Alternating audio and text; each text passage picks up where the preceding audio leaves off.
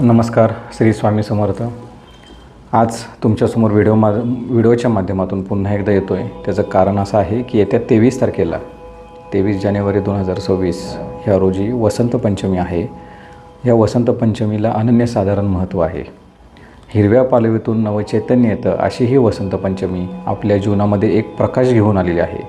त्या प्रकाशाचं स्वागत आपण या वसंत पंचमीच्या दिवशी करणार आहोत। ज्ञान, बुद्धी आणि विद्या ह्यांची जी अधिष्ठात्री देवी म्हणून आपण ज्या माता सरस्वतीला वंदन करतो, पूजन करतो, ह्या दिवशी सरस्वती मातेचं पूजनाला अनन्यसाधारण महत्त्व आहे।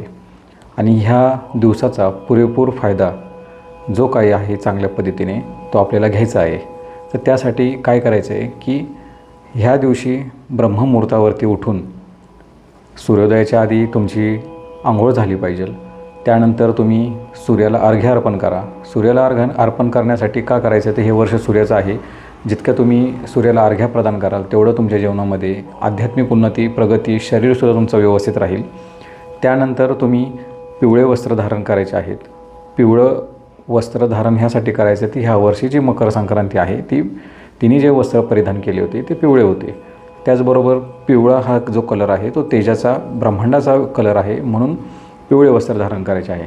ते केल्यानंतर तुमच्या घरामध्ये जो देवघर आहे त्या देवघराची जागा तुम्हाला स्वच्छ करायची आहे। सर्वात प्रथम तुमचा ईशान्य कोपरा तुम्हाला ह्या दिवशी व्यवस्थित करायचा आहे।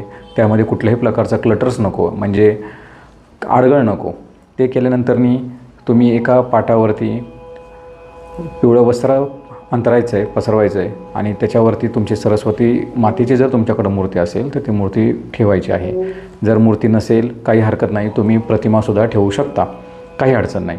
आणि त्या देवीच्या समोर तुमचे जे पण काही घरातले पुस्तकं असतील, वाद्य असतील, त्याचबरोबर तुमचे काही महत्त्वाच्या वस्तू असतील ज्याच्यावरती तुमचं ज्ञानदानाचं काम चालू असतं, अशा वस्तू तुम्ही त्या देवीसमोर ठेवायच्या आहेत। तुमची मुलं जर हट्टी असेल, शिक्षणामध्ये कमी असतील, वाचलेलं त्यांच्या लक्षात राहत नाही आहे, किंवा तुम्हाला जर वाटतं त्यांची शैक्षणिक प्रगती चांगली व्हावी, फक्त विद्यार्थ्यांसाठी नाही आहे तर आपणसुद्धा ह्या गोष्टी करू शकतो। कारण का ज्ञान हे दिवसेंदिवस वृद्धिंगत होणं हे पण तितकंच महत्त्वाचं असतं। तर त्यासाठी हा उपाय फक्त मुलंच नाही, विद्यार्थीच नाही, तर आपण सर्व जे काही मोठे लोक आहेत ते सुद्धा करू शकतात। कारण का आपण दैनंदिन जीवनामध्ये ज्ञान हे घेतच असतो। त्या ज्ञानामध्ये आपल्याला कुठंतरी उन्नती व्हावी, उत्कर्ष व्हावा, म्हणून हा उपाय आपण करू शकतो। त्या दिवशी तुम्हाला सांगितल्या पद्धतीने तुम्ही पाटावरती सरस्वती मातेची मूर्ती किंवा प्रतिमा, त्याचबरोबर खाली तुमचे जे काही पुस्तकं असतील, वह्या असतील आणि वाद्य असतील